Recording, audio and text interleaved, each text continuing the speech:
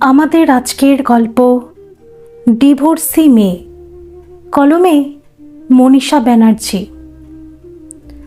Divorcee মেয়ে হয়ে কেউ জন্মায় না, সেই রকম ইপ্সিতাও ডিভোর্সি হয়ে জন্মায়নি। সে ছিল বাবা মায়ের একমাত্র সন্তান। অনেক ডাক্তার ঠাকুরের কাছে ঘুরে ঘুরে তবে তার জন্ম হয়, তাই তার নাম রেখেছিলেন তার বাবা ইপ্সিতা। সে বড় হতে লাগলো, রূপ যেন তার বাড়তে লাগলো দিন দিন। ঠাকুমা বলতেন, নাতনি আমার রাজরানী হবে। এমন রূপ কি আমাদের এই ছোট্ট ঘরে মানায়? ইপ্সিতা গানও করে খুব ভালো, লেখাপড়াতেও ভালো। ইপ্সিতার বাবা রমেনবাবু আর মা কমলা দুজনের চিন্তা মেয়েটিকে ভালো ঘরেই পাত্রস্থ করা, কিন্তু মন মতো জানাশোনা পাত্র পাচ্ছে না। এমন সময় রমেন বাবুর পুরনো বন্ধু বড় চাকরি নিয়ে চলে গিয়েছিল গ্রাম থেকে। তিনি হঠাৎ ফিরেছেন গ্রামের বাড়ি জমি সব বিক্রি করার জন্য। তার নাম অপরেশ ঘোষাল। রমেনের সাথে রাস্তায় বাজার যাওয়ার পথে দেখা হয় অপরেশের। কিরে, কবে এলি? এতদিন পর গ্রামের কথা মনে পড়ল। অপরেশ বলে, জমি বাড়ি তো আর শহরে নিয়ে যেতে পারবো না, তাই সেগুলোর সদ্গতি করতে আসা। তা লোক পেয়েছিস বিক্রি করার জন্য? হ্যাঁ রে, ও পাড়ার হাড়ু কাকা ছিল না, ওর ছেলেরাই কিনবে বলে আমার সাথে দেখা করেছিল, তাই আসা। রমেন বলে, হ্যাঁ, ওদের এখন ভালো অবস্থা হয়েছে, ছেলেগুলো বাইরে থাকে, তারাই পয়সা কড়ি পাঠায় শুনেছি। তা যাক, সে কথা তোর খবর কি বল? সন্ধ্যাবেলা বাড়িতে আয় না, কমলা মা সবাই খুব খুশি হবে। অপরেশ বলে, সেই ভালো, বৌঠানের হাতে চাও খাওয়া যাবে আর গল্পও করা যাবে। ঠিক আছে, যাস কিন্তু, বলে রমেন বাজারের দিকে চলে গেল।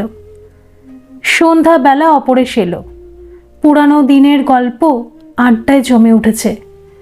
রমেনের মা এসে অপরেশের খবর নেন, বলেন, বৌমা কেমন আছে? তোমার ছেলে পুলে কয়টি বাবা? অপরেশ বলে, আমার একটি ছেলে, বোম্বেতে চাকরি নিয়েই 6 মাস হলো গেছে। রমেনের মা সুধা দেবী বলেন, আমার রমেনেরও একটি মেয়ে, অনেক ঠাকুরের আরাধনা করে।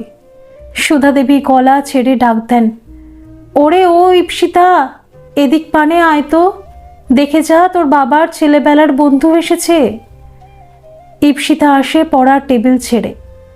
সুধা দেবী ইশারা করেন অপরেশকে প্রণাম করার জন্য। ইপ্সিতা প্রণাম করে। অপরেশ বলে, থাক থাক মা, রমেন তোর মেয়ে তো খুব মিষ্টি দেখতে। রমেন বলে, ওকে ভালো ঘরে বিয়ে দিতে পারলে বাঁচি জানিস। কেন, কি হলো আবার? আরে আমাদের এখানে বড্ড বকাটে ছেলেগুলো পিছনে লাগে। অপরেশ বলে, তাতে ওর দোষটা কোথায় বল? আর শুধু সেই জন্য ওর পড়ার বয়সে লেখাপড়া ছাড়িয়ে বিয়ে দিবি? সেটা কাজের কথা নয়। ইপ্সিতা লজ্জা পেয়ে ঘরে চলে যায় জল খাবার আনবে বলে। অপরেশ বলে, ও কি করছে এখন? রমেন বলে, ও এমএ পড়ছে ইংরেজি নিয়ে। অপরেশ বলে, তোর যদি আপত্তি না থাকে তাহলে আমার ছেলের সাথে বিয়ে দিবি? আমার বউয়ের খুব ইচ্ছা ছেলের বিয়ে দেয়, একলা থাকে, বিদেশ বিভুঁই, বুঝতেই পারছিস। সুধা দেবী আগে ভাগেই বলেন, সে তো খুব ভালো কথা, জানাশোনা ঘর, 2 বন্ধু না হয় 2 বেয়াই হবে। রমেন বলে, কিন্তু এমএ শেষ না করে ইপ্সিতা বিয়ে করবে না বলেছে। অপরেশ বলে, সে বিয়ের পর পড়বে, ও নিয়ে একদম চিন্তা করিস না।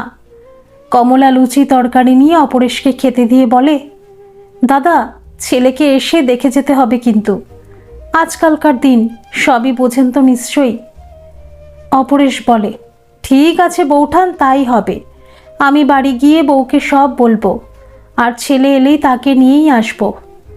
অপরেশ এখানে সব বিক্রি করে চলে গেল কলকাতাতে। তারপর কিছুদিন কেটে গেছে, আর কোনো খবর নেই। সুধা দেবী ছেলেকে বলেন, কি ব্যাপার বলতো রমেন? অপরেশ আর তো কোনো খবর দিল না। রমেন বলে, মা, ওরা বড় লোক, শহরে বড় হওয়া ছেলে ওদের, ওরা কেন বিয়ে দেবে বলো? অপরেশ আবেগে বলে গেছে। সুধা দেবী বলেন, তা হবে হয়তো। দুর্গা পূজা এসে গেল, সবাই পূজা নিয়েই ব্যস্ত। গ্রামের পূজাটা রমেনদের বাড়ির সামনে ওদের জায়গাতেই হয়। সবাই এই কটা দিন খুব আনন্দে মেতে ওঠে। ঈপ্সিতা আর কমলাই সব জোগাড় করে পূজার। আজ সপ্তমীর রাত, আরতি হচ্ছে মণ্ডপে। রমেন আর সুধা দেবী বাড়িতে। হঠাৎ ফোনটা বেজে উঠল। হ্যালো, কে? আমি অপরেশ। ও বল, কি খবরে তোর? সেই যে গেলি আর এতদিন পর ফোন করলি। আরে সেদিন তো বকবক করে চলে এসেছিলাম, তোর ফোন নাম্বারটাই তো নেওয়া হয়নি, তাই কল করতে পারিনি রে। খুব দুঃখিত। হারু কাকার ছেলে টাকা দিতে এসেছিল, তোর ফোন নাম্বারটা তখন ওর কাছেই পেলাম। আরে দুঃখিত হওয়ার কি আছে, আমিও ভুলে গিয়েছিলাম তোর ফোন নাম্বার নিতে। আমারও তো উচিত ছিল বল, তাই দোষ দুজনেরই, বলে হাসতে থাকে। অপরেশ বলে, ছেলে এসেছে, কালই যাব ভাবছি। তোদের অসুবিধা নেই তো? না রে, কিছু অসুবিধা নেই। ভালো হবে, অনেক দিন পর এখানের পূজা দেখাও হয়ে যাবে। পরদিন কমলা ভীষণ ব্যস্ত, একদিকে পূজার জোগাড়, অপরদিকে বাড়িতে অতিথি। কমলা ঈপ্সিতাকে বলে, তুই ঘরগুলো একটু সাজিয়ে গুছিয়ে রাখ, ওরা শহরের লোক, তার উপর ছেলে বোম্বেতে থাকে। সুধা দেবী বলেন, আজ তো আঁশ রান্না করা যাবে না বৌমা, ছানার ডালনা ধোকার তরকারি করো, আর লুচির সাথে বড় বড় বেগুন ভাজা, ছোলার ডাল সব করবে যেন। আমার নাতনিকে আজ দেখতে আসবে 7 সমুদ্র পার হয়ে রাজকুমার।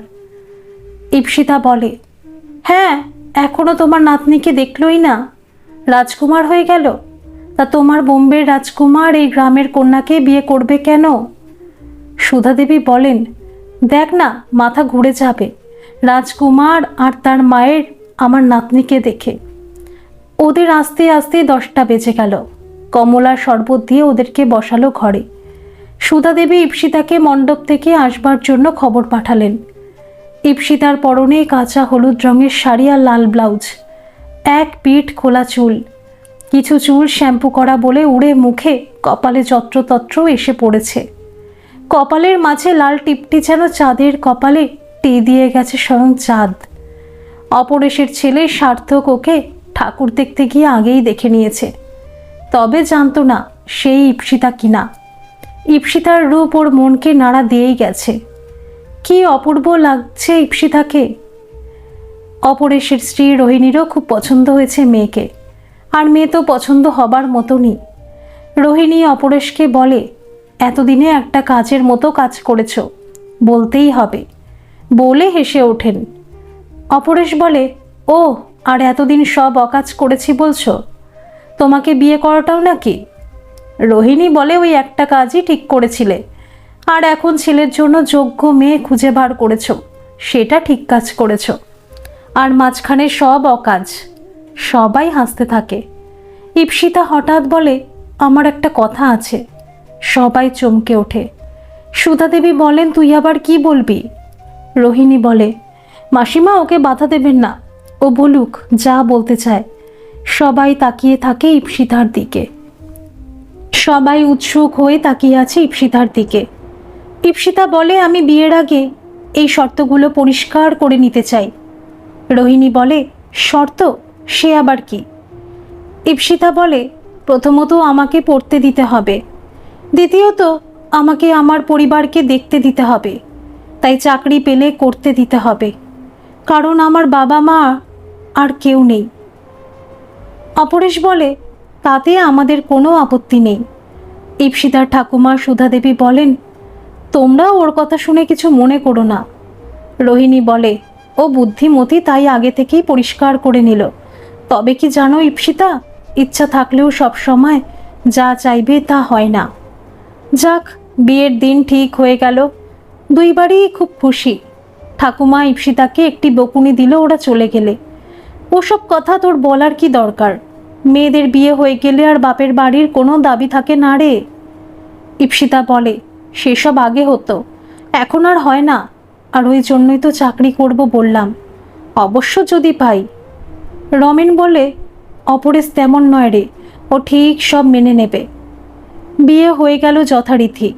সার্থক ছেলে হিসাবে ভালো, ইপ্সিতাকে ভালোবাসে খুব, কেয়ারিংও খুব। সাধারণত মেয়েরা যেমন স্বামী চায় ঠিক তেমনই। সার্থকের ছুটি শেষ, তাকে বোম্বে চলে যেতে হবে। অপরেশ ইপ্সিতাকে ওর সাথে পাঠিয়ে দেবে বলেই ঠিক করে। রোহিণী বলে, ওকে কিছুদিন পরে পাঠালেই হবে। ইপ্সিতা বলে, আমার ফাইনাল পরীক্ষা 2 মাস পরেই, তাই পরেই যাব। সার্থক রাতে ইপ্সিতাকে বলে, তুমি কি গো, আমার সাথে এখন যাবে না বলছো কেন? কিছুদিন থেকে চলে আসবে, তারপর পরীক্ষা দিয়ে একেবারে চলে আসবে আমার কাছে। আরে আমাকে পড়তে হবে না, ফেল করলে তো তোমার আমার দুজনের লজ্জা বলো। তোমার কষ্ট হবে না বুঝতে পারছি, কিন্তু আমার যে খুব কষ্ট হবে ইপ্সিতা। আমি যে তোমাকে প্রথম দিন থেকেই বড্ড ভালোবেসে ফেলেছি গো। ইপ্সিতা বলে, আমার তো মন বলে কিছু নেই না, তাই তোমার একার কষ্ট হবে। মশাই, আমার বুকটা এখনই কেমন ধুকপুক করছে। সার্থক ইপ্সিতাকে কাছে টেনে বলে, কই, শুনতে পাচ্ছি না তো। ইপ্সিতা রেগে যায় বলে, যাও, আমি আর কিচ্ছু বলবো না। সার্থক বলে, না, কিছু বলতে হবে না, শুধু এমনি করে জড়িয়ে থেকো আমাকে সারা জীবন। সার্থক তার উষ্ণতা এঁকে দিল ইপ্সিতার কপালে। ইপ্সিতার আবেগে চোখ বুঝে তা উপভোগ করল। অপরেশ রোহিণীকে বলে, মেয়েটা এখন কিছুদিনের জন্য যাক সার্থকের সাথে, তারপর ওর পরীক্ষা আছে, চলে তো আসবেই। হাজার হোক নতুন বিয়ে হয়েছে, নিজের জীবনটা কি ভুলে গেছ? বলে হেসে ওঠে। রোহিণী অগত্যা মেনে নেয়।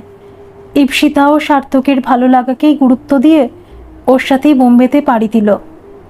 নতুন মানুষ, নতুন জায়গায় সংসার সাজালো ইপ্সিতা। সব মেয়েরা যেমন চায় তেমনই ইপ্সিতাও নিজের মতো করে সাজায় তার সংসার। সার্থক অফিস থেকে ফিরলে নিজের ঘর দেখে নিজেই অবাক। এইটুকু সময়ের ভিতর ইপ্সিতা ঘরগুলো গুছিয়ে সুন্দর একটা রূপ দিয়েছে। সার্থক ঘরে ঢুকেই সুন্দর ফুলের গন্ধ পায়। চারিদিক পরিপাটি করে জামা কাপড় গোছানো, পরিষ্কার পরিচ্ছন্ন। ব্যাচেলার ঘরের আর চিহ্ন কোথাও নেই। সুন্দর মেলি গায়ের গন্ধ ভেসে এলো। সার্থক নিজেকে আজ সত্যি সত্যি সার্থক বলে মনে করলো। ইপ্সিতা বলে, তুমি ফ্রেশ হয়ে নাও, চা দিচ্ছি। জল খাবারে কি খাবে? ম্যাগি করব? সার্থক ইপ্সিতার গালটি টিপে বলে, মিষ্টি মুখ দেখেই আমার পেট ভরে গেছে, শুধু চা দাও, তাহলেই হবে। যা, যত বাজে কথা, না খেলে হবে, আমি ম্যাগি করছি। সার্থক বাথরুম থেকে বেরোলে দুজনে চা খেতে বসে একসাথে। এদিকে রমেনদের বাড়িতে ইপ্সিতা নেই, তাই তাদের সবার মন খারাপ। কমলা কিছু রান্না করলেই কেবল বলে মেয়েটা নেই, তাই রাঁধতে ইচ্ছা করে না। সুধা দেবী একলা একলা বিছানায় গড়াগড়ি দেন। নাতনি পাশে নেই, তাই ঘুম যেন উপে গেছে। ইপ্সিতা ঠাকুমাকে জড়িয়ে শুয়ে থাকতো। তখন কতবার সুধা দেবী বলেছেন, আরে ছাড় তো, একে গরমে মরে যাচ্ছি। যখন রাজকুমার আসবে তখন তাকে জড়িয়ে শুয়ে থাকিস, এখন আমাকে ছাড়। এইসব কথা মনের কোণে ভেসে এসে কেবলই চোখের পাতা ভিজিয়ে দেয়। কোনো দিন কিছু করেনি, ওখানে একা একা সব পারছে তো, কি জানি। কমলা রমেনকে বলে, বড় তাড়াহুড়ো করে মেয়েটার বিয়ে দিয়ে দিলে, আর কিছুদিন পরে দিলে কি ক্ষতিটা হতো? রমেন বলে, এমন ভালো ছেলে, জানাশোনা ঘর কি পেতাম? কমলা বলে, আমাদের মেয়েও সুন্দর, ঠিক পরেও ভালো ছেলে পেতে। রমেন বলে, যাক, যা হবার হয়ে গেছে, আর দেখো যখনই বিয়ে দিই তখনই কষ্ট, তখনই ফাঁকা। সুধা দেবী বলেন, তা তুই ঠিক কথাই বলেছিস খোকা। রমেনকে সুধা দেবী খোকা বলেই ডাকেন। রোহিণী অপরেশকে বলে, দেখো বাবু রোজ অফিস থেকে ফিরেই আমাকে ফোন করতো, আর এখন যতদিন যাচ্ছে তত ফোন দেরি করেই আসছে। সার্থকের ডাকনাম বাবু। অপরেশ বলে, সারাদিন খেটে খুটে আসে, চা জলখাবার খেয়ে যদি ফোন করে ক্ষতি কি? তখন চা জলখাবার করার কেউ ছিল না, তাই খাওয়া দাওয়াও ছিল না। আর তুমি তো ছেলের সেই কষ্টের জন্যই বিয়ে দিলে, তাহলে অমন ভুল বুঝছো কেন? রোহিণী বলে, কেন, চা খেতে খেতে বুঝি ফোন করা যায় না? তা নয় তখন বউয়ের সাথে আগে আদিক্ষেতা না করলে চলবে কেন? অপরেশ বলে, দেখো তুমি ওই টিপিক্যাল শাশুড়ি হয়ে যেও না যেন। রোহিণী রেগে ঘর থেকে চলে যায়। অপরেশ বুঝতে পারে রোহিণীর ভিতর ছেলেকে হারানোর ভয় পেয়ে বসছে আগে থেকেই। কিন্তু এরকম ভাবনা তো সম্পর্কের ভিতর ভাঙন আনবে। আগে বৌমাকে বোঝো, নিজের সন্তানের জায়গাটা দাও। বিরোধ মন ভাব পোষণ করলে কোনোদিন সুসম্পর্ক গড়ে উঠবে না। রোহিণীকে বোঝাতে হবে, কিন্তু বুঝবে কি? যা জেদি। 1 মাস পর ঈপ্সিতার পরীক্ষার আর বেশি দিন বাকি নেই, তাই অপরেশ তাকে নিয়ে যাবার জন্য বোম্বেতে এলো। সার্থকের ছুটি নেই, বিয়ের সময় ছুটি নিয়েছিল বলে। অপরেশ ঈপ্সিতাকে নিয়ে একেবারে রমেনদের বাড়িতেই পৌঁছে দেয়। আজ অনেক দিন পর মেয়ে বাড়িতে আসায় সবাই খুব খুশি। রমেন মেয়ে যা যা খেতে ভালোবাসে তাই বাজার করেছে। ঠাকুমা বিছানায় নতুন চাদর পেতেছে, বালিশগুলো রোদে দিয়েছে। ফোলা বালিশে ঈপ্সিতা শুতে বড় ভালোবাসে। আচারের শিশি রোদে দিলেন, মেয়েটা খাবে। কাজের মেয়েটাকে বলে, দেখিস পাখিতে যেন মুখ দেয় না। সে বলে, পাখির এত সাহস হবে না গো ঠাকুমা, তোমার নাতনির খাওয়ার আগে সে মুখ দেবে। রমেন জেলেকে বলে, কাল সকালে এসে পুকুরে মাছ ধরে দিয়ে যাস যেন, আমার মেয়ে এসেছে। রমেন আর তার মায়ের কলরবে বাড়ি সরগম হয়ে উঠেছে। কমলা রান্না নিয়ে খুব ব্যস্ত, তার কথা শোনা বা বলার একটুও সময় নেই। ঈপ্সিতা পড়ার টেবিল পরিষ্কার করে গুছিয়ে নিল। কাল থেকে পড়ায় মন দিতে হবে, সময় নষ্ট করলে চলবে না। অনেক কটা দিন চলে গেছে। সুধা দেবী ও কমলা দুপুরবেলায় ঈপ্সিতাকে কাছে বসিয়ে খাওয়ায়। 1 মাস মেয়ে কাছে ছিল না। কমলার মনে হচ্ছে এক যুগ পর যেন মেয়েকে কাছে পেল। ঠাকুমা বলে, ও কি রে, একটা মাছ যে তুলে নিলি, আর একটা নে শীঘ্র, শরীর থাকবে ওইটুকু খেলে। ঈপ্সিতা বলে, ওরে বাবা, আমি আছি তো এখন কিছুদিন, আজই সব খেতে হবে কেন? কমলা বলে, ঠিক আছে, যা পারিস খা। ঈপ্সিতা খেয়ে নিজের ঘরে চলে যায়। একটু রেস্ট নিয়ে বন্ধুদের ফোন করে, পরীক্ষার ব্যাপারে সব জেনে নেয়। 1 মাস ছিল না, কোনো প্রফেসর আর নতুন নোট দিয়েছে কিনা সব জেনে বুঝে নেয়।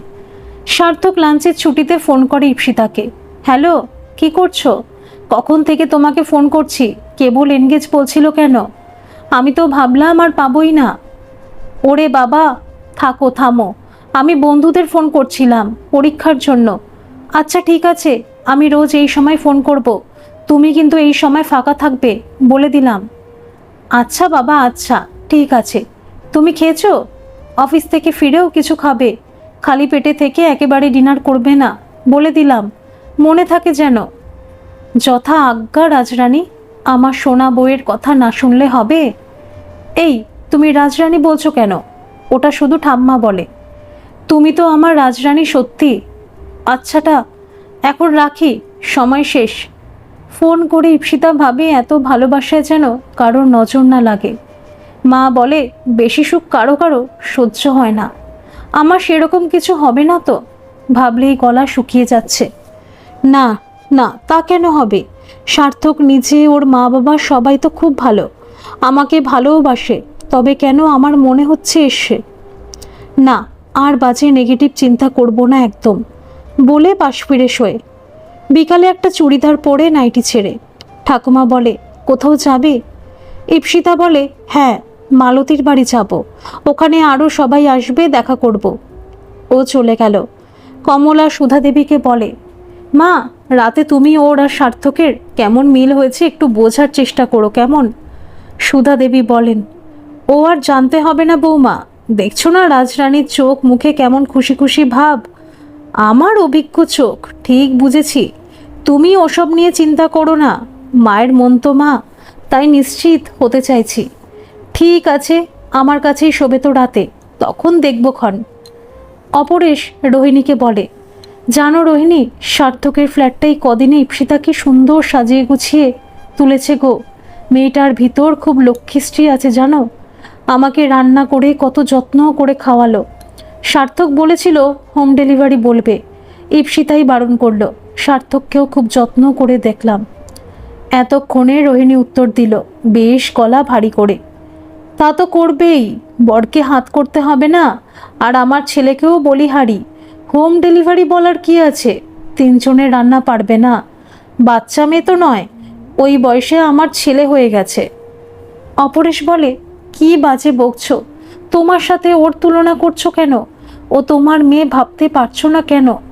তোমার যদি একটা মেয়ে থাকতো আর আমি যদি প্রশংসা করতাম, তোমার আনন্দ হতো না? বলো রোহিণী। রোহিণী চুপচাপ কাজ করতে লাগলো। বোঝা গেল মানতে পারছে না। সার্থক অফিস থেকে ফিরে রোহিণীকে ফোন করে, খবর নেয়, গল্প করে কিছুক্ষণ। রোহিণী বলে, এখন ইপ্সিতা নেই, একটু ভালো করে রেস্ট কর, শরীরটায় জুত করে নে। সার্থক বলে, ইপ্সিতা থাকলেই বরং আমার রেস্ট বেশি হয়। এই দেখো না, অফিস থেকে এসে সব নিজেকেই করতে হচ্ছে। এই কদিনে অভ্যাসটা খারাপ হয়ে গেছে, ও করে দিত বলে। রোহিণী চুপ করে যায়। কাউকেই কিছু বলতে গেলে সে উল্টে তাকে বুঝিয়ে দিচ্ছে। কি জ্বালায় পড়েছে। রোহিণী ফোন রেখে দেয়। ইপ্সিতাকে ফোন করলে সার্থক পায় না। মনটা খারাপ হয়ে গেল। অফিস থেকে এসেছে একবার, ও তো ফোন করতে পারতো নাকি? বাপের বাড়ি গিয়ে একবারও ফোন করতে ইচ্ছা করে না। এইসব মনে মনে বলতে থাকে। ইপ্সিতার ফিরতে ফিরতে সন্ধ্যা পেরিয়ে গেছে। তারপর যে নোটগুলো এনেছে সেগুলো আজকেই টুকে নিতে হবে। কাল মালতী আর সৌনক এসে নিয়ে যাবে ওদের নোট, কারণ পরীক্ষার সামনেই, আটকে রাখা যাবে না নোটগুলো। ইপ্সিতা লিখতে বসে যায়। কমলা এক গ্লাস দুধ এনে মেয়ের টেবিলে রাখে, বলে, এটা খেয়ে নে। আর সার্থকের একবার খবর নিয়েছিস? ফোন করেছিস? না, এখন সময় হবে না মা, আমাকে বকিও না, দেরি হয়ে যাবে লেখার, পরে করে নেব। কমলা চলে যায় রাতের খাবার তৈরি করতে। রমেন এসে কমলার কাছে বসে বলে, ইপ্সিতা সুখী হয়েছে বলো, তোমার কি মনে হয়? কমলা বলে, মা তো বলল হ্যাঁ। অবশ্য আমি রাতে ওর সাথে মাকে কথা বলতে বলেছি। দেখো, কিছুদিন না গেলে ঠিক বোঝা যাবে না। এত তাড়াতাড়ি কি আর বোঝা যাবে বলো? এখন আমাদের ধৈর্য ধরতেই হবে। একবার দুবার জামাই আসা যাওয়া করুক, তখন ঠিক চেনা যাবে। রমেন বলে, তা তুমি ঠিক বলেছ কমলা। রাতের খাওয়া দাওয়া মিটলে সুধা দেবী ইপ্সিতাকে বলেন, কিরে, আমার কাছে শুবি তো? নাকি আর এই বুড়িকে পছন্দ হবে না? কি যে বলো ঠাম্মা, তুমি শুয়ে পড়ো, আমি যাচ্ছি একটু পরেই, আর একটু লেখা বাকি আছে। সুধা দেবী শুয়ে পড়েন। ইপ্সিতা লেখা শেষ করে সার্থককে ফোন করে, কিন্তু ফোন বেজে গেলেও ধরল না। ইপ্সিতা ভাবলো তাহলে কাজে ব্যস্ত বোধ হয়, থাক, পরে করবে, মিস কল দেখলে। ইপ্সিতা ঠাম্মার পাশেই শুয়ে পড়ে, কিন্তু ঘুম আসছে না কিছুতেই। এপাশ ওপাশ করতেই থাকে। ঠাম্মা তখন বলে, কি রে, ফোনে কথা হয়নি বুঝি? ইপ্সিতা বলে, বয়ে গেছে আমার, ফোনে কথা না হলে কি হবে? ঠাম্মা বলে, না, অন্য কিছু হবে না, তবে তোর এই এপাশ ওপাশ করার চোটে আমার ঘুমটাও যাবে তোর সাথে সাথে। নে, একটা ফোন করে নে, আমি কিছু শুনবো না। ইপ্সিতা ফোন করে। সার্থক ফোন ধরে বলে, এতক্ষণে মনে পড়েছে? ইপ্সিতা বলে, আমি তোমাকে ফোন করেছিলাম, দেখো তুমি ধরোনি। সার্থক বলে, কখন? অফিস থেকে এসেছি, তোমার সাথে কথা বলতে তোমার গলাটা শুনতে ইচ্ছা করছিল, তাই কতবার ফোন করেছি, পেলামই না। ইপ্সিতা বলে, মালতীদের বাড়িতে একদম টাওয়ার নেই, তাই পাওনি। আজ ওদের বাড়ি গিয়েছিলাম নোট আনতে, ওখানেই আর বন্ধুদেরকেও আসতে বলেছিলাম। জানো, খুব মজা হয়েছে, সবাই তোমার কথা জিজ্ঞাসা করছিল। তুমি কি বললে? খুব বদমাস, তোমাকে জ্বালাই এইসব তো। যা, তা বলবো কেন? তবে সুখ্যাতিও করিনি নিজে মুখে, লজ্জা করে না বলো? ওরে আমার লজ্জাবতী লতা, বলে হেসে ওঠে। ইপ্সিতা বলে, এই আস্তে, ঠাম্মার ঘুম ভেঙে যাবে। সার্থক বলে, ঠিক আছে, কচি খুকি ঠাম্মার কাছে শুয়েছ, শুভরাত্রি, অনেক অনেক হামি। সুধা দেবী বলেন, আমি একটাও পাবো না? ইপ্সিতা শুভরাত্রি বলে তাড়াতাড়ি ফোন কেটে দেয়। সার্থক পরম আনন্দে ভালো লাগে চোখ বুজে ফোন পাশে রেখে। সুধা দেবী সকালবেলা কমলাকে বলে, চিন্তা করো না বৌমা, মেয়ে জামাই তোমার ভালো আছে, অভিমান যখন হচ্ছে, ভালোবাসা ভালোই জমেছে। ইপ্সিতার বাবা ঠাকুমা মায়ের ভালোবাসা আদর খাওয়ার মেয়াদ শেষ, পরীক্ষা হয়ে গেছে, এবার শ্বশুরবাড়ি যাওয়ার পালা। আর ইপ্সিতা অনেক দিন সার্থককে ছেড়ে আছে, প্রায় 1 মাস। রমেন মেয়েকে পৌঁছে দেবে ঠিক হয়েছে, এখন শ্বশুরদের কাছেই থাকবে, তারপর সার্থক এসে নিয়ে যাবে। সুধা দেবী ও কমলা মেয়েকে কি দেবে ঠিক করতে পারছে না। ঠাকুমা বড়ি আচার করে দিল। রমেন পুকুরে মাছ ধরিয়ে কিলো 3 একটা মাছ নিল সাথে। কমলা সুধা দেবী খুব কাঁদছে, কারণ মেয়েকে ছেড়ে থাকতে হবে। আর কতদিন পরে আসবে কে জানে। অপরেশ খুব খুশি আজ ইপ্সিতা আর রমেন আসবে বলে। সেও নানা রকম বাজার করেছে। বন্ধু আজ বেয়াই হয়ে আসছে বলে কথা। রমেন ঢোকামাত্র বলে, আসুন বেয়াই মশাই আসুন। রমেন বলে, এ আবার কি রে? আমি বাবা তোর বন্ধু হয়েই থাকতে চাই, বেয়াই বলতে পারবো না। তা তুই যতই বেয়াই মশাই বল, বন্ধুতে কত অন্তরের টান অনুভব করি, আর বেয়াই মশাই বললেই কেমন যেন দূরে চলে যাচ্ছিস। দূর, ওসব বাদ দে। অপরেশ বলে, তা ঠিক, তবে তাই হোক, আয় বন্ধু বুকে আয়। রোহিণী ইপ্সিতাকে বলে, পরীক্ষা কেমন হয়েছে, শরীর ভালো আছে তো? ইপ্সিতা শ্বশুর শাশুড়িকে প্রণাম করে বলে, ঠিক আছি। রোহিণী বলে, যাও তোমার ঘরে গিয়ে কি কাপড় ছেড়ে নাও, সার্থক শনিবার আসবে বলেছে। এই কটা দিন আমাদের কাছে থাকতে তোমার অসুবিধা হবে না তো? ইপ্সিতা শুধু ঘাড় নেড়ে না বলে। অপরেশ বলে, ও কি কথা বলছো রোহিণী? ইপ্সিতা কি তেমন মেয়ে? ও খুব ভালো। আর আমরাও তোর বাবা মা নাকি ইপ্সিতা? ইপ্সিতা বলে, নিশ্চয়ই। দুপুরে রমেন অপরেশকে রোহিণী খেতে দেয়, ইপ্সিতা সাহায্য করে। রোহিণী বলে, রান্না কেমন হয়েছে দাদা? আমি অত ভালো রান্না করতে আবার পারি না। আসলে লেখাপড়া, সেলাই, গান শিখতে গিয়ে আবার রান্নাটা শেখা হয়নি। অপরেশ বলে, দেখো সে কথা বলো না, যে রাধে সে চুলও বাঁধে। এই তো ইপ্সিতা, মা যখন বোম্বেতে গিয়েছিলাম কি সুন্দর রান্না করে খাইয়েছিল। রোহিণীর মুখটা একটু ভারী হয়ে যায়। রমেন লক্ষ্য করে, তাড়াতাড়ি বলে, বৌঠান খুব সুন্দর রান্না হয়েছে, দেখুন আমি কেমন চেটেপুটে খেয়েছি। রমেন বিকালে বাড়ি চলে গেল। অপরেশ বলল, সার্থক এলে আবার আসিস কেমন? রমেন বলে, চেষ্টা করব। ইপ্সিতা সন্ধেবেলা ঠাকুর ঘরে প্রদীপ জেলে শাক বাজিয়ে সন্ধ্যা দেয়, সকালে ফুল তোলে, রোহিণীর রান্নার কাজে সাহায্য করে, আর অপরেশকে চা তো করেই দেয় সব সময়। অপরেশ রোহিণীকে বলে, দেখেছ তোমার কত কষ্ট কমিয়ে দিয়েছে ইপ্সিতা। রোহিণী ইপ্সিতার বিরুদ্ধে কিছু বলতে চায়, কিন্তু কিছু বলার সুযোগই পায় না কিছুতেই। তাই বলে, খুব চালাক মেয়ে, ও আমাকে এক হাটে বেচে আরেক হাটে কিনতে পারবে জানো। অপরেশ বলে, বলো বুদ্ধিমতী, মানিয়ে চলার ক্ষমতা, তা না বলে চালাক বলে ওকে ছোট করো না, তাতে নিজেই ছোট হয়ে যাবে, বুঝলে। যত ইপ্সিতা আর রমেনের সামনে বলো না, লেখাপড়া, গান সব শিখতে গিয়ে রান্না শেখা হয়নি, তা কোনোটাই তো শেষ করনি, অল্প বিদ্যা ভয়ঙ্করী হয়ে গেছে। রোহিণী চেঁচিয়ে রাগ দেখাতে চায়। অপরেশ বলে, এই কটা দিন একটু সমঝে থাকো, না হলে বৌমা দেখে ফেলবে আসল মূর্তি। রোহিণী সমঝে যায়। শনিবার রাত সার্থক আসবে। অপরেশ বাজার থেকে খাসির মাংস নিয়ে আসে, সাথে দইও আনে। বাড়িতে ঢুকে ইপ্সিতাকে বলে, আজ মাংসটা তুই রাখতো শোনা। হ্যাঁ, বলা হয়নি, এই কদিনে শ্বশুর বৌমার সম্পর্কটা বাপি আর মেয়েতেই পরিণত হয়েছে, তাই এখন অপরেশ ইপ্সিতাকে তুই তোকারি করে। ইপ্সিতা বাপি বলে আর তুমি করেই কথা বলে, রোহিণীকেও তাই তুমিই বলে। ইপ্সিতা বলে, মা যদি বলে রাঁধবো। অপরেশ বলে, আমি বলছি তো রাঁধনা রে, তোর হাতের রান্না তো আর ইচ্ছে করলেই খেতে পারবেন না, তোর মায়ের হাতে তো খেতেই হবে 12 মাস বল। ইপ্সিতা রান্না করে জমিয়ে, শুক্তও করে ইপ্সিতা, কারণ বাজার করে এনে বলেছিল আজ শুক্তো করার মতো বাজার করেছি, পারো তো করো রোহিণী। ইপ্সিতা সেটা শুনেছিল, তাই করেছে। সার্থকের আসতে 12টা বেজে যাবে ফোন করে জানালো, ফ্লাইট লেট করেছে। ইপ্সিতা রান্না সেরে চান করে লাল ছাপা শাড়ি পরল, সিঁদুরের টিপ সিঁথিতে সিঁদুর রাখলো বরের কল্যাণের জন্য। এক ঢাল কালো ঘনচুল খোলা দুলছে পিঠের উপর, খুব সুন্দর দেখতে লাগছে। সার্থক এলো, বোধহয় কলিং বেলটা বাজলো।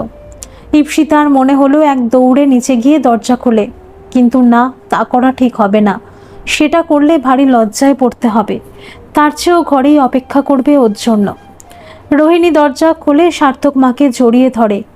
ইপ্সিতা দূর থেকে দেখে, ও তো এটাই চেয়েছিল, ও দরজা খুললে কি এমন সুন্দর মা ছেলের মিলন দৃশ্য দেখতে পেত। মনে মনে হাসে ইপ্সিতা। সার্থক বাবা মায়ের সাথে কথা বলে আর চারিদিকে তাকায়, ইপ্সিতা কোথায়? এতদিন পর ও এলো, আর ও এলো না কাছে। সার্থকের একটু রাগ হয়। অপরেশ বুঝতে পারে, তাই তাড়াতাড়ি বলে, বৌমা বোধহয় চানে গেছে, তুইও ফ্রেশ হয়ে নে। রোহিণী বলে, দাঁড়া, শরবতটা খেয়ে যা। সার্থক শরবতটা খেয়ে বলে, এখন আর কিছু দিও না মা, একেবারে ভাত খাবো। রোহিণী বলে, তাই খাস, না হলে আবার ভাত খেতে পারবি না। ঘরে যায় সার্থক। ইপ্সিতা বলে, কেমন আছো? সার্থক বলে, তুমি নিচে যাওনি কেন?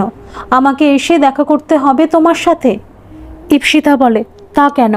আমি যদি আগে ভাগে যাই সেটা ভালো দেখায় না, লজ্জার ব্যাপার বোঝো একটু। আমার কি তোমাকে দেখতে ইচ্ছা করছিল না? সার্থক বলে, সে তো দেখতেই পেলাম। ইপ্সিতা বলে, আচ্ছা এখন বেলা হয়ে গেছে, চান করে খাবে চলো। বাপি মা ওরা ও তুমিও না গেলে খাবে না বলো? সার্থক চান করতে যায়। ইপ্সিতা তার পাজামা পাঞ্জাবি বের করে রেখে নিচে এসে খাবার টেবিল সাজায়। অপরেশ সার্থককে খেতে বসে রোহিণী পরিবেশন করে। অপরেশ ইপ্সিতাকেও বলে, তুমিও বসো। ইপ্সিতা বলে, আমি মায়ের সাথেই খাবো, তোমরা খাও। সার্থক বলে, মা তুমি দিয়ে একেবারে একসাথেই বসে যাও, কিছু লাগলে পরে বা হাতে দেবে, আগে যেরকম দিতে। রোহিণী বলে, ইপ্সিতা তুমি বসবে তো বসে যাও, কতদিন তোকে বসে খাওয়াইনি বল? তোকে খাওয়াতে পারলে তাতে আমার বেশি আনন্দ রে, নিজে খাওয়াচ্ছে। সার্থক বলে, রান্না খুব ভালো হয়েছে মা, কতদিন পর শুক্তো খেলাম, খুব ভালো লাগলো। অপরেশ বলে, কে রেঁধেছে বল দেখিনি? সার্থক বলে, কে আবার? মা রেঁধেছে। অপরেশ বলে, হলো না, বৌমা রেঁধেছে। সার্থক বলে, হ্যাঁ ও অবশ্য ভালোই রাঁধে। রোহিণী বলে, দাঁড়া, দই দিতেই ভুলে গিয়েছিলাম, দেখলি তো? আর ইপ্সিতাও তুমিও তো মনে করবে, শ্বশুর মশাই তো এনে তোমার হাতেই দিয়েছিল। অপরেশ নিজের মনেই বলে ঝাল মেটালো মেয়েটার উপর শুধু শুধু। সবার খাওয়া দাওয়াও মিটল। বিশ্রাম নিতে গেল যে যার ঘরে। সার্থক ইপ্সিতাকে বলে, তোমাকে লাল শাড়িতে খুব সুন্দর লাগছে, তুমি এখানে বেড়াতে যাওনি তো কোথাও, আর কেই বা নিয়ে যাবে? তা আজ বিকালে তোমাকে আমি নিয়ে যাব, তুমি রেডি হয়ে নেবে। কিন্তু মা যদি কিছু বলে? আমি মাকে না বলে তো যাব না রে বাবা। ইপ্সিতা কালো রঙের একটা সিল্ক পরল, ম্যাচ করে ব্লাউজ গয়না সব পরে নিল। লম্বা একটা বেনি, কপালে টিপ আর হালকা লিপস্টিক, ফর্সা রং, তাতেই কি সুন্দর দেখতে লাগছে। সার্থক রোহিণীকে গিয়ে বলে, মা ওকে নিয়ে একটা জায়গা ঘুরে দেখিয়ে আনি, আবার চলে যাব তো তাই। রোহিণী বলে, যা, বেশি রাত করিস না। ওরা প্রথমে ভিক্টোরিয়া যায়, ওখানে দুজনে ঘোরাঘুরি করছে। এমন সময় ইপ্সিতা দেখে তার সহপাঠী সৌনককে। সেও ইপ্সিতাকে দেখে দৌড়ে আসে। আরে তুই এখানে? ইপ্সিতা বলে, আমি তোকে বলবো তুই এখানে? আমার শ্বশুর বাড়ি তো কলকাতাতেই। সৌনক বলে, হ্যাঁ তাও তো বটে, আসলে তোকে হঠাৎ করে দেখতে পাবো জানতাম না তো, তাই সব গুলিয়ে গেছে রে। ইপ্সিতা বলে, আমার বর, বিয়ের সময় তো তুই ছিলি না, তাই পরিচয় নেই। সৌনক হাত বাড়িয়ে হ্যান্ডশেক করে সার্থকের সাথে, তারপর কথা বলেই চলে দুজনে। সার্থক ইপ্সিতাকে বলে, চলো একটা ভালো জায়গায় দেখে বসি না হয়, কতক্ষণ আর দাঁড়িয়ে দাঁড়িয়ে গল্প করবে, পা ব্যথা করবে তো। একটা জায়গায় বসে তিনজনে। ইপ্সিতা বলে, জানো সার্থক, সৌনক পড়াশোনায় খুব ভালো, ভালো মাউথ অর্গানও বাজায়, আর ভালো বন্ধু আমাদের। আমাকে নোটগুলো তো ওই দিয়েছে, না হলে 1 মাস আমি পিছিয়ে পড়েছিলাম, পরীক্ষাটা ভালো করে দিতেই পারতাম না। সৌনক বলে, জানিস ক্যাম্পাস ইন্টারভিউতে মনে হচ্ছে চাকরিটা হয়ে যাবে, ভালোই রেসপন্স পেলাম। ইপ্সিতা বলে, খুব ভালো খবর তো, কোথায় পাবি? হলে বোম্বেতেই হবে, ওখানেই ওদের অফিস। খুব ভালো, আমরাও তো বোম্বেতেই থাকি, আমার ফোন নাম্বার তো আছেই তোর কাছে, গেলে যোগাযোগ করবি। সার্থক ওদের কথার ভিতরেই বলে, ইপ্সিতা এবার বাড়ি চলো, সন্ধ্যা হয়ে গেলে মা বকবে। হ্যাঁ চলো, চলি সৈনক, আবার দেখা হবে যদি যাস ওখানে। সৌনক বলে, নিশ্চয়ই, খুব ভালো, সময়টা কোথা দিয়ে কেটে গেল বুঝতেই পারলাম না। সার্থক সৌনককে আসছি বলে চলে গেল দুজনে। বাড়ি এসে সার্থক বলে, আজ বেড়াতে যাওয়াটা মাটি হয়ে গেল, ভাবলাম দুজনে একটু নিরিবিলিতে বসে গল্প করব, তা নয়, কোথা থেকে তোমার বন্ধু এসে হাজির, কাবাব মেয়ে হাড্ডি হতে। আর নিজে বিয়ে করেনি তো, তাই বোধগম্য কম। কতটা সময় থাকতে হয়, কতটা গল্প করতে হয় নতুন বিবাহিত দম্পতির ভিতর, তা জানা নেই। ইপ্সিতা সার্থকের কথা শুনে হেসেই গড়িয়ে যায়, আর সার্থক তত রেগে যায়। এর 2 দিন পর ওদের যাওয়া, সকাল থেকে তোড়জোড় চলছে। 2 ঘন্টা আগে এয়ারপোর্টে পৌঁছে গেল, যথাসময়ে প্লেন ছাড়ল। ইপ্সিতা এবার স্থায়ীভাবে সার্থকের সাথে সংসার করার উদ্দেশ্যে রওনা দিল। সার্থক অফিস যাবে, ইপ্সিতা তাই তাড়াতাড়ি উঠে রান্না চাপিয়েছে। ইপ্সিতা সার্থকের চা নিয়ে ঘরে ডাকতে গিয়ে ইপ্সিতা দেখে ঘুমন্ত সার্থককে যেন আরও বেশি সুন্দর লাগছে। সকালের মিষ্টি রোদ পর্দার ফাঁক দিয়ে ঘরের সাথে ওদের জীবনকেও যেন স্বাগত জানাতেই এসেছে। ইপ্সিতার এক অফুরান ভালো লাগায় মনটা ভরে যায়। ইপ্সিতা পর্দাটা ফাঁক করে দিতেই সূর্যের সব আলো হুড়মুড়িয়ে একেবারে সার্থকের মুখে এসে পড়ে। সার্থক বলে, কি হলো কি?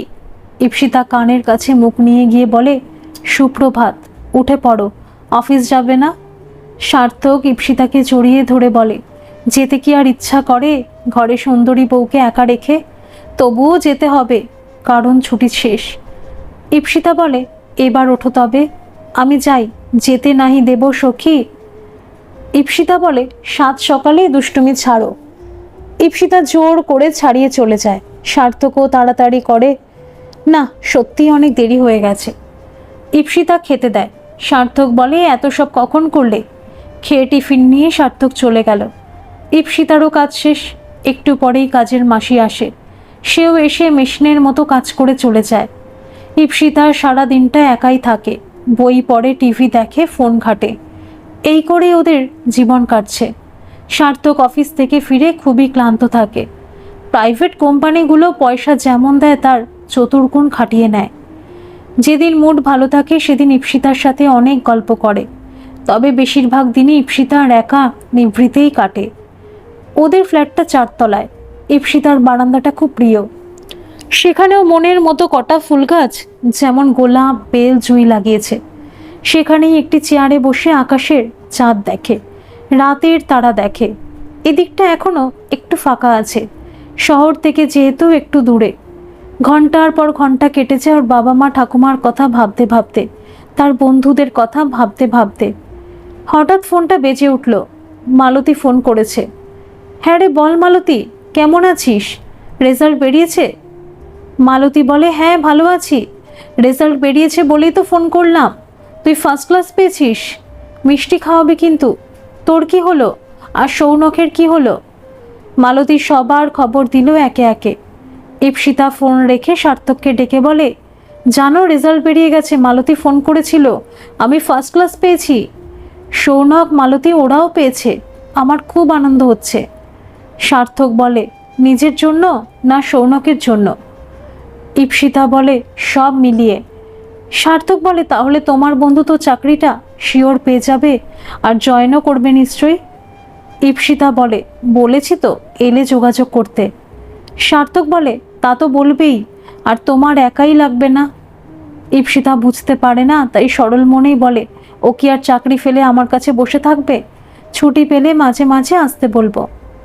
সার্থকের মা রোহিণী ফোন করলে ইপ্সিতার সাথে বেশি কথা বলে না, সার্থকের সাথেই অনেকক্ষণ ধরে কথা বলে। কি যে বলে ইপ্সিতা কোনোদিন জিজ্ঞাসাও করে না, তবে বোঝে সার্থক যেন কেমন পাল্টে যাচ্ছে। ইপ্সিতা সার্থককে বলে, এবার একটা চাকরির চেষ্টা করব কেমন? সার্থক বলে, পাও তবে তো, চাকরি পাওয়া অত সহজ না। তুমি একটু চেষ্টা করে দেখো না, অনেক জানাশোনা আছে তো তোমার, আর যথেষ্ট উঁচু পদেই আছো। সার্থক এড়িয়ে চলে গেল। এইভাবেই কিছুদিন কাটলে ইপ্সিতা বুঝতে পারে সার্থক চাকরির চেষ্টা করবে না। তখন ও নিজেই খবরের কাগজ দেখে দেখে দরখাস্ত করতে আরম্ভ করে। ইতিমধ্যে সৌনক চাকরিতে জয়েন করেছে, অনেক দিন হলো। একদিন সৌনক ইপ্সিতাকে ফোন করে বলে সে কথা। ইপ্সিতা বলে, দেখা করলি না তো একদিনও? যাবো রে, আছি তো একই শহরে। একদিন ছুটির দিনে সৌনক এলো। সত্যি সত্যি। ইপ্সিতা দরজা খুলে সৌনককে দেখে অবাক হয়ে চিৎকার করে সার্থককে ডাকে, কিন্তু সার্থক ভাবলেশহীন চোখে তাকিয়ে থাকে। হঠাৎ করে বলে, তুমি এখন এলে? আমরা তো একটু বেরোবো। ইপ্সিতা অবাক হয়ে বলে, কোথায় যাব? তুমি তো। ওকে বাধা দিয়ে সার্থক বলে, তোমাকে বলতেই তো যাচ্ছিলাম, তুমি কলিং বেলের আওয়াজ পেয়েই তো চলে এলে। সৌনক বলে, ঠিক আছে তাহলে আজ আসি, অন্যদিন আসবো। সার্থক ইপ্সিতাকে নিয়ে উদ্দেশ্যহীনভাবে একটু ঘুরে বাড়ি ফিরেই আসে। ইপ্সিতার মনটা খুব খারাপ লাগে। ওইভাবে সৌনককে ফিরে যেতে বলায়। বুঝতে পারে সার্থক এটা ইচ্ছে করেই করলো, এমন কোনো জরুরি দরকার ছিল না। বা বিশেষ জায়গায় নিয়ে গেছে তাও নয়। তাহলে আজ যাওয়া বন্ধ রাখলে কি ক্ষতি হতো? ঈপ্সিতার সার্থক সম্বন্ধে যে ধারণা তার ছিল তাতে সন্দেহ দেখা দিল। রাতের ডিনার টেবিলে ঈপ্সিতা কথাটা বললেই ফেলল, সৌনগাছ খুব অপমানিত হয়েছে। এটা কেন করলে? সার্থক চিৎকার করে বলে, বেশ করেছি। হঠাৎ চলে এলেই হলো কারোর বাড়িতে। ঈপ্সিতা বলে, ও আমাকে বলেছিল আর তোমার সাথে গল্প করবে, এখানে নতুন এসেছে, তোমার থেকে খবরাখবর নেবে বলেই ছুটির দিন আসতে বলেছিলাম। আমি খুব অন্যায় করেছি নিজের বন্ধুকে আসতে বলে। সার্থক বলে, সত্যি কথাই বলেছি, যাবার কথা ছিল তাই বলেছি। ঈপ্সিতা বলে, আর যাই হোক মিথ্যা বলো না, কিছু সত্যি বলনি। ওটা হঠাৎ করে ঠিক করে উদ্দেশ্যহীনভাবে ঘুরলে, বুঝিনি আমি। সার্থক ভাবতে পারেনি শান্তশিষ্ট ঈপ্সিতা তার মুখের ওপর সত্যি কথাগুলো বলে চার্জ করবে, তাই চুপ করে যায়। আর ঈপ্সিতাকে বলে, একদম চুপ করে থাকো, প্রয়োজন ছাড়া বাড়িতে এখন আর বেশি কথা হয় না। তবে সার্থক অফিস থেকে দুবার নিয়ম করে ফোন করে, খেয়েছো কিনা, ঠিক আছে কিনা জানতে। ঈপ্সিতা ভাবে, বাবা বাড়িতে থাকতে তো এত দরদ দেখি না, অফিসে গেলেই দরদটা জেগে ওঠে। এটা কি কেয়ারিং না সন্দেহ? পরে একদিন হঠাৎ প্রশ্ন করে, কেউ এসেছিল? ঈপ্সিতা বলে, কেন, তোমার কারোর আসার কথা আছে নাকি? না না, আমার নয়, তোমার বন্ধুর কথা বলছি। ঈপ্সিতা বোঝে, ও তাই তো বলি, অফিসে গিয়ে হঠাৎ প্রেম বেড়ে যায় কেন। ঈপ্সিতার চাকরির ইন্টারভিউয়ের চিঠি এলো। ঈপ্সিতা সার্থককে বলে, সে নিয়ে যাবে ইন্টারভিউ দিতে। সার্থক বলে, চাকরি করলে ঘর বানিয়ে ঝামেলা বাড়বে। ঈপ্সিতা বলে, আমি তো বিয়ের আগেই বলেছিলাম চাকরি আমি করবই, আর তোমার বাবা মাও রাজি ছিলেন, তাই আমিও বিয়েতে রাজি হয়েছিলাম। সার্থক বলে, আমার ছুটি নেই, যেতে পারবো না। ঈপ্সিতা বলে, ঠিক আছে, আমি একাই খোঁজ করে চলে যাব। কেন, তোমার যে বন্ধু চাকরির জন্য ব্যবস্থা করে দিল, ইন্টারভিউ ঠিক করেছে, সে নিয়ে যাবে না? সৌনক কিছু করেনি, আমি নিজে খবরের কাগজ দেখে ফর্ম ফিল আপ করেছিলাম। কেন, আমি পারি না? আমার কোনো যোগ্যতা নেই তুমি মনে করো? সার্থক রেগে চলে যায়। ঈপ্সিতাও কথা বাড়ায় না, নিজে তৈরি হয়ে একটা গাড়ি বুক করে ইন্টারভিউ দিতে যায়। ইন্টারভিউ ভালোই হয়েছে, এখন দেখা যাক কি হয়। রাতে অপরেশকে ফোন করে ইন্টারভিউয়ের কথা বলে ঈপ্সিতা। অপরেশ বলে, ভালো করেছিস, দেখ যদি হয় চাকরিটা। রোহিণী বলে, কি বলছে গো ঈপ্সিতা? অপরেশ বলে, চাকরির ইন্টারভিউ দিয়েছে, ভালো ইন্টারভিউ হয়েছে তাই বলছে। রোহিণী বলে, সত্যিও চাকরি করবে? আমি ভেবেছিলাম ওই রকম সব মেয়ে বলে আইবুড়ো বেলায়, আর বিয়ের পর ইচ্ছা থাকে না। অপরেশ বলে, তুমি ভুল ভেবেছিলে ওকে, ওর দায়িত্ববোধ আছে। ঈপ্সিতার চাকরিটা হয়ে গেল সত্যি সত্যি, মাইনেও ভালো, 9টা থেকে 4টে, সময়টাও ভালো। সার্থককে ঈপ্সিতা জয়নিং লেটারটা দেখালো। সার্থক কোনো উত্তর দিল না। ঈপ্সিতা ভাবে, মেয়েদের চাকরি করা নিয়ে ছেলেদের ভিতর এখনো এত বিরোধিতা থাকে। সার্থককে বোঝায়, যা বাজার তাতে দুজনে চাকরি করলে তো ভালোই, তোমার বাবা মা আছে, আমার বাবা মা আছে, তাদের দায়িত্ব তো আমাদেরই নিতে হবে। সার্থক বলে, আমার বাবা মার দায়িত্ব তারা নিজেরাই নিতে পারবে, সে ক্ষমতা আছে, তোমার বাবার হয়তো নেই। ঈপ্সিতা বলে, দেখো, আমার বাবা মা আমাকে চাকরি করতেও বলেনি, আর আমার রোজগারে খাবে সে আশাও করে না কোনো দিন, কিন্তু আমি তাদের সন্তান, তাই আমার দায়িত্ব মনে করি। আমি টাকা দেব তোমার বাবার জন্য, তুমি কি করে ভাবলে তোমার টাকা আমার বাবা মা নেবে? অপমানের অন্ন ওরা খাবে না, মনে রাখবে। ঈপ্সিতা চাকরিটা করে, সার্থক আপত্তি করলেও অপরেশ করেনি, সেটাই ঈপ্সিতার ভরসা। কিন্তু সার্থক আর ঈপ্সিতা এক ছাদের তলায় থাকলেও দুজনের সম্পর্কে বহু যোজন দূরত্ব বেড়ে চলেছে। এদিকে রমেন কমলা এসবের কিছুই জানল না। ঠাকুমা অর্থাৎ সুধা দেবীর শরীরটাও ভালো যাচ্ছে না। একদিন ঈপ্সিতাকে বলে, একবার জামাইকে নিয়ে আয় এখানে, শেষ দেখাটা দেখি, কোন দিন আছি কোন দিন নেই, বড় ইচ্ছা করছে রে তোদের দেখতে। ঈপ্সিতা বলে, দেখি ছুটি পেলে যাব। ঈপ্সিতা চাকরির স্থলে তার ব্যবহারে দায়িত্বশীল কাজের হয়ে বেশ সুনাম করেছে অল্প দিনেই। তার সহকর্মীকে ঠাকুমার কথা বলল। সে বলে, একবার বসকে বলেই দেখ না, যদি যেতে দেন। ঈপ্সিতার সাহস নিয়ে বসকে সব কথাই বলল। বস বাঙালি, তাই তিনি বললেন, ম্যাডাম আপনার কপাল তো খুব ভালো, এখনও ঠাম্মার আদর পান। আর আমি তো চোখেই দেখিনি কোনোদিন ঠাকুমাকে। মা বাবা শহরে থাকতো আর ঠাকুমা গায়ের বাড়িতে। বেশ, আপনাকে ছুটি নিতে হবে না, কলকাতার অফিসে আমাদের কিছু কাজ আছে। আমি কাউকে পাঠাতামই, তবে পুরনো কোনো কর্মীকে। আপনার কাজও আমার বেশ পছন্দ, দায়িত্বশীল আপনি, তাই আপনি সেই কাজ বুঝে নিয়ে যান, ছুটি লাগবে না। ঈপ্সিতা খুব খুশি, সার্থককে বলে, আমি কলকাতা যাচ্ছি, ঠাকুমার শরীর ভালো নয়। তোমাকে আমাকে দেখতে চাইছে, যাবে কি? না, আমার হবে না, ছুটি পাবো না। তাছাড়া আমি দেখতে গিয়ে কি করব? তোমার ঠাকুমা, তুমি যাও। ঈপ্সিতা বলে, তোমার কাছ থেকে এরকম কথা আশা করিনি। তোমার বাবা মাকে যদি বলি তোমার বাবা মা আমার কেউ নয়, তোমার ভালো লাগতো? যা সত্যি তাই বলেছি, আমার অত ন্যাকামির কথা আসে না, বলতেও পারি না, বুঝলে? আমি তবে একলাই চাই। কেন, তোমার বন্ধু তো এই শহরেই আছে, তাকে বলো, সে নিশ্চয়ই তোমাকে নিয়ে যাবে। হ্যাঁ, আমি যদি তার সাহায্য চাই সে নিশ্চয়ই তা করবে, কিন্তু তুমি যে সেন্সে কথাটা বললে সে সেটা করবে না। আর আমি বা ওর সাহায্য নেব কেন? তুমি এত নোংরা মানসিকতার পরিচয় দিও না প্লিজ। আমি যে তোমাকে ভালোবাসি, আর নিজের ভালোবাসার লক্ষ্যে এত নিচে নামাতে আমার কষ্ট হচ্ছে, বিশ্বাস করো। ঈপ্সিতা কাঁদে, সার্থক বেরিয়ে যায়। ঈপ্সিতা অপরেশকে সব কথা জানিয়ে ফোন করে আর বলে সে একা কলকাতার অফিসের কাজ নিয়ে বাড়ি যাচ্ছে, আর ঠাকুমার যেহেতু শরীর খারাপ সে সেখানেই যাবে। অপরেশ বলে, আমি এয়ারপোর্টে থাকবো,